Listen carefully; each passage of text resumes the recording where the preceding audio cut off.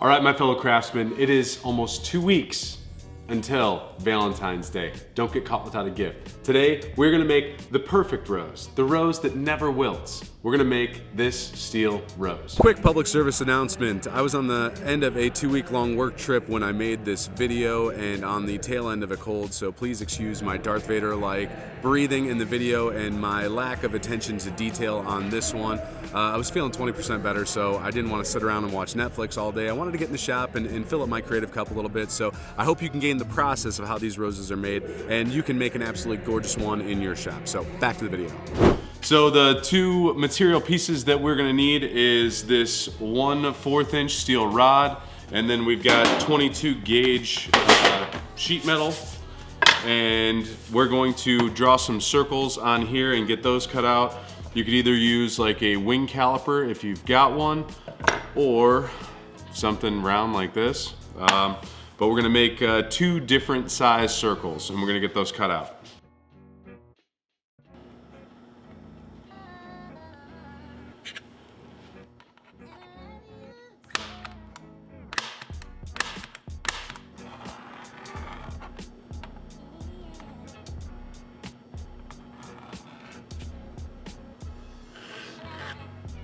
This stuff is quite the pain in the butt to cut out, so make sure you got some leather gloves. And then we've got 2 different types of shears.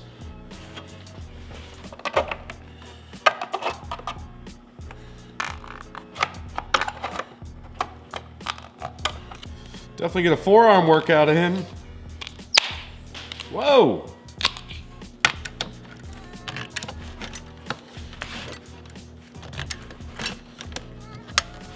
These definitely don't have to be perfect. It's just gonna add character to your rose. Now I kind of want to make the leaf that kind of goes underneath of the rose petal. So all we're gonna do is just draw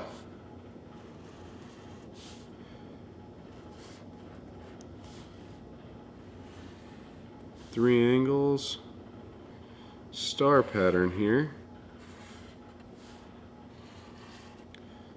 Almost like a 3-pointed ninja looking star thing.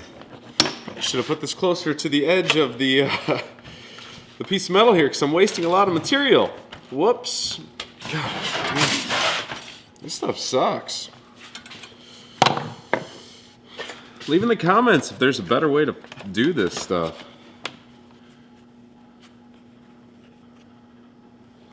All right, we've got our 4 little rough cut out circles and our little ninja star looking thing.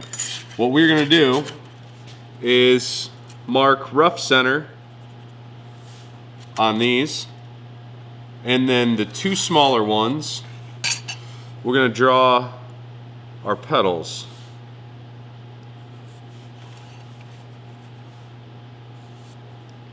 So we'll do 4 on the small ones.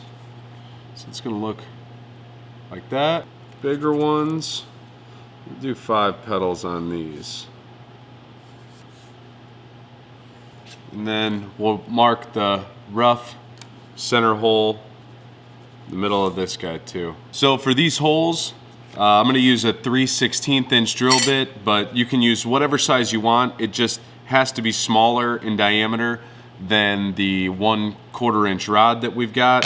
So I'm gonna drill through all of these holes in the center, and then I'm gonna go back and I'm just going to cut, not all the way to the center of the line, but just right to there. Leave a little bit of space in there because you don't want to cut all the way to the hole that you're drilling through.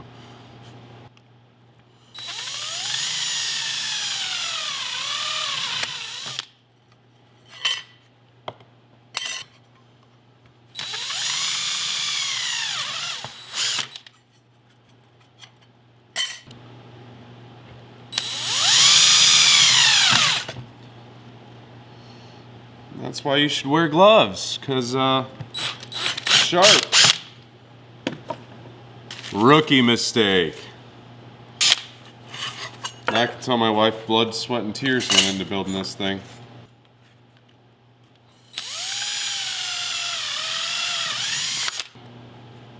Towards the center, but not all the way. And because I don't like the sharp edges on mine, I'm gonna go back and just snip all those off. So then you have a piece that looks roughly like that. Put our rod into about a 10-inch length.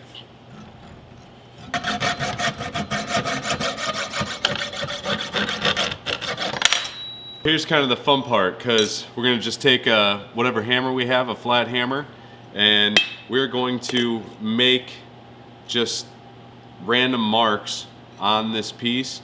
We're just going to give it some texture.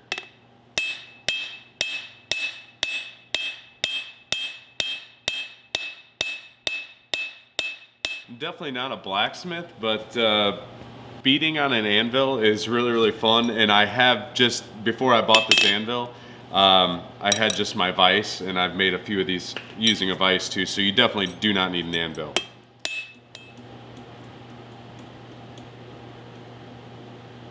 Now what we're gonna do is we're gonna use a blowtorch and add a little heat to the end of this, and we're gonna try and make this a cone. We're gonna draw it out a little bit. That way, as we slide this over, it'll hit a certain point and it'll stop, and then we'll hammer that top in and kind of make like a rivet at the top, so that way these don't move.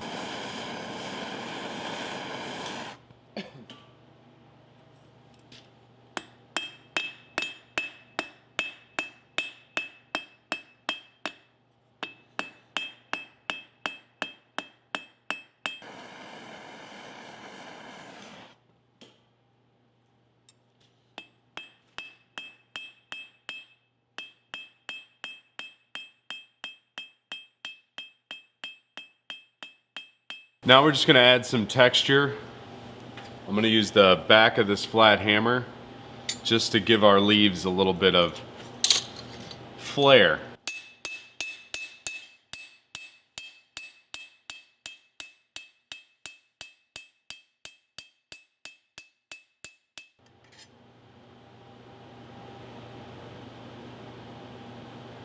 We'll do that to all the rest.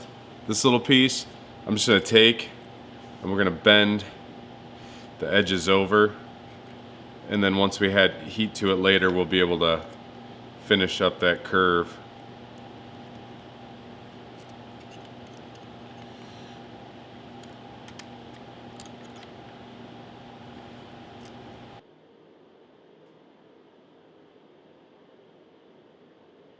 All right, we've got our stem in the vise, and we are going to take the pieces and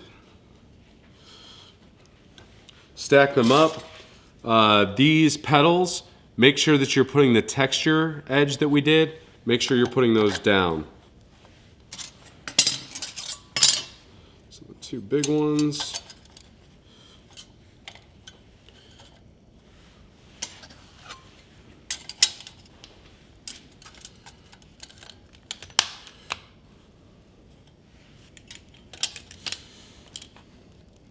Just gonna put these little clamps on there. So we're going to attempt to heat up just this little nub and take our hammer and kind of mushroom it out, kind of make it a rivet. That way the petals can't come off.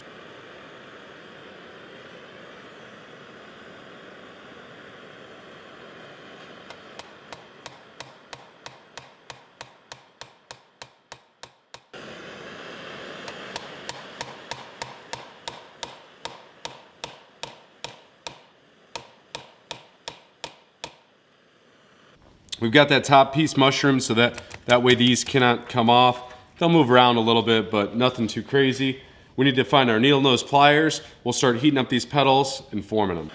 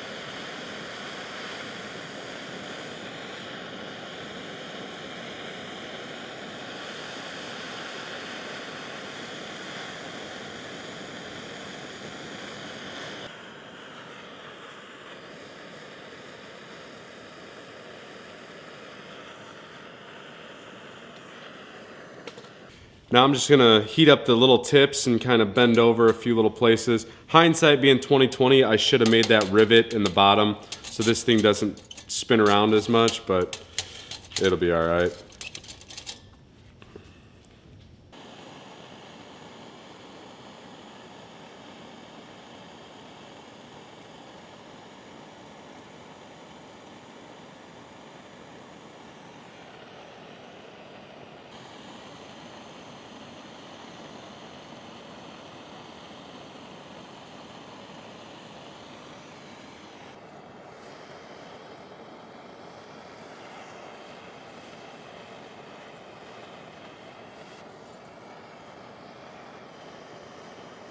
Because I messed up and made that kind of super loose, because I have the ability, I'm going to just put some pressure on here and put a tack weld to hold it to keep this thing from kind of spinning.